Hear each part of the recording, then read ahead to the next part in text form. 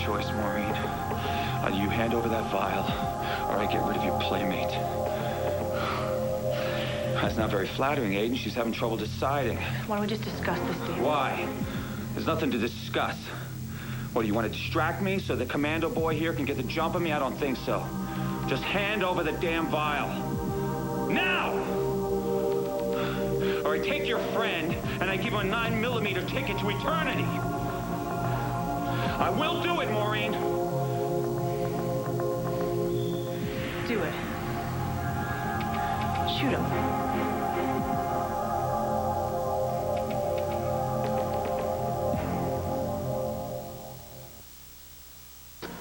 Go ahead, David. Pull the trigger.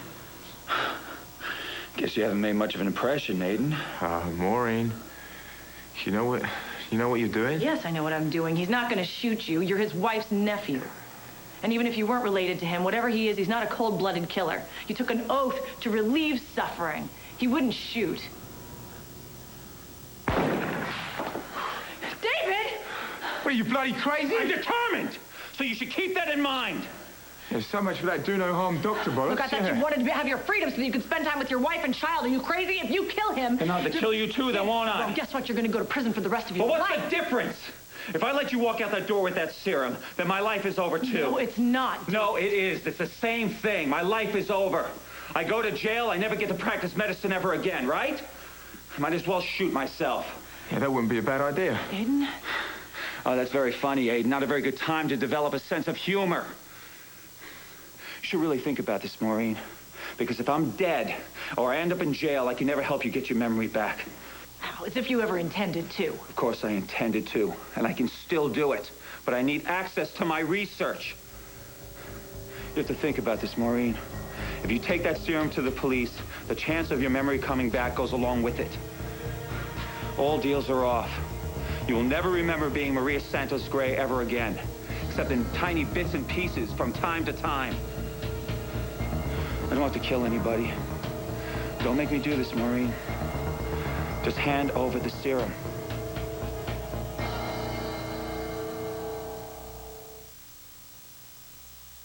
You know something, Tarzan? Why don't you just face the fireplace? Turn around and face the fireplace!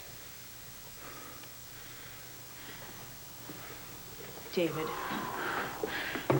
Put the vial on the table, now. Just put it on the table! Look, David, let's just say that I even accept your offer. You don't have the funds to be able to fund this whole project. You don't have any money. You don't have to worry about that. I have sufficient funding. Where? Where are you getting the money? I have an anonymous donor, okay? Who? Vanessa? What, are you getting the money? Are you benefiting from your own mother's death? That's not your concern. I have a benefactor who believes that I can live up to my claims even if you don't. And I suppose I'm just supposed to believe you. Yes, you are supposed to believe me because it's true. And in time, I can prove it to you.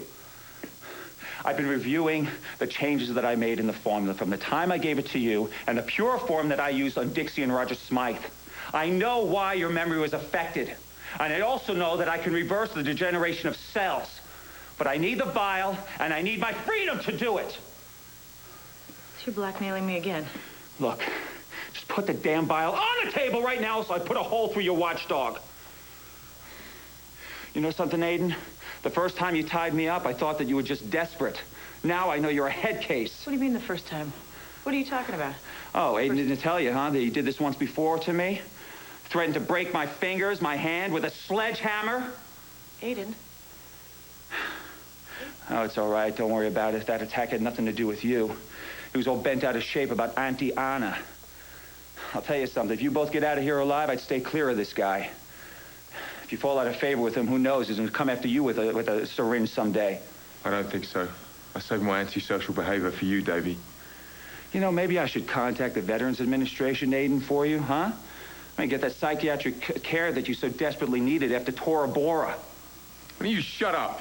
Why? What are you going to do, huh? What, are you going to catch bullets in your teeth and spit them back at me? Maureen, my arms are getting tired. Put the damn vial on the table. Make your choice.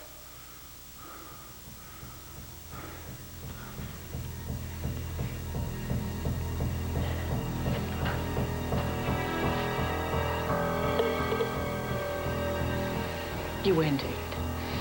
No. You win, Maureen. So does Commando Boy. Stand by the door.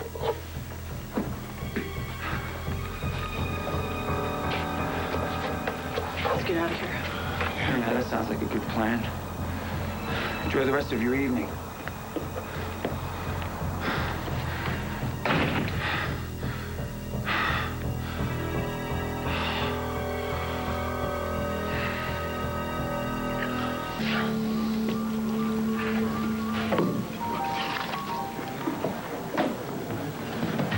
Sit down, Adler. Call me in my office tomorrow when I get home. Jackson Montgomery told Maria Gray he doesn't have enough against me to go to trial. Who told you that? The lady told me herself. Give me a scotch on the rocks. Why would Maria Gray tell you anything? It's not important. I'll see you'll get off with a slap on the wrist. Congratulations. No. I want to cop a deal. Well, wait till they sweat and make an offer. They're liable to drop the charges altogether. I'm willing to take a slap on the wrist now if it means I could stop looking over my shoulder. You're nuts. Look, I don't want this thing popping up in my future, all right? I want the whole thing dead. I want it buried. Then try giving me the whole story. What the hell is your hurry, Dr. Hayward? Anna resigned from a job she loves because I'm a conflict of interest I for her. understand that, but it's done. If I cop a plea, Anna can ask for her job back.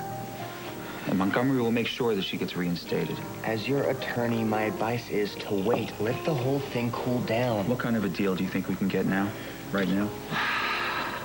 Now, with the few charges they have against you, the best you could possibly hope for is a suspended sentence. I can avoid doing jail time altogether. Possibly, but you definitely pull some kind of community service. Like what? Could be picking up trash, whatever makes the court feel like they're extracting their pound of flesh. A suspended sentence and exercise in the great outdoors. Yeah, I can live with that. Call the DA's office. What, now? Right now.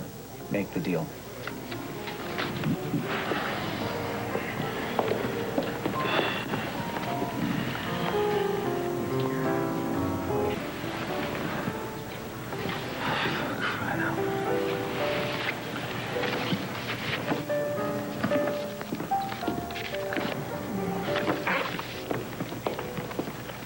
You don't look too happy, Kenny. I don't feel you're acting in your own best interest, Dr. Hayward. Did they reject our offer? Pending Jackson Montgomery's approval, you've got yourself a deal. Okay, so what did they put on the table? Carol Miller thinks they'll go for a suspended sentence and 500 hours of community service. 500 hours? I don't have that kind of time. Well, it beats a prison sentence. So what am I going to be doing? They'll be making use of your talents at the free clinic downtown. Oh, are you kidding me? I mean, that hellhole is like a third world outpost. The facility's an outdated dump. Be it ever so humble, it'll be your home for 20 hours a week. Kenny, I'm a world-renowned cardiac surgeon, all right? I don't belong down there. Well, then keep it up. They'll have you cleaning the highways with the toothbrush. Oh, that's great. So I'm going to be handing out Band-Aids, is that it? No, you'll be doing routine checkups and performing surgery on patients who deserve the same type of care you give your country club set. Okay. Now, lots of people are a single paycheck away from the street. They lose their job, their insurance I said all right. Well, you're a real pro bono kind of guy, huh, Kenny? My sister owes her life to a free clinic in Chicago.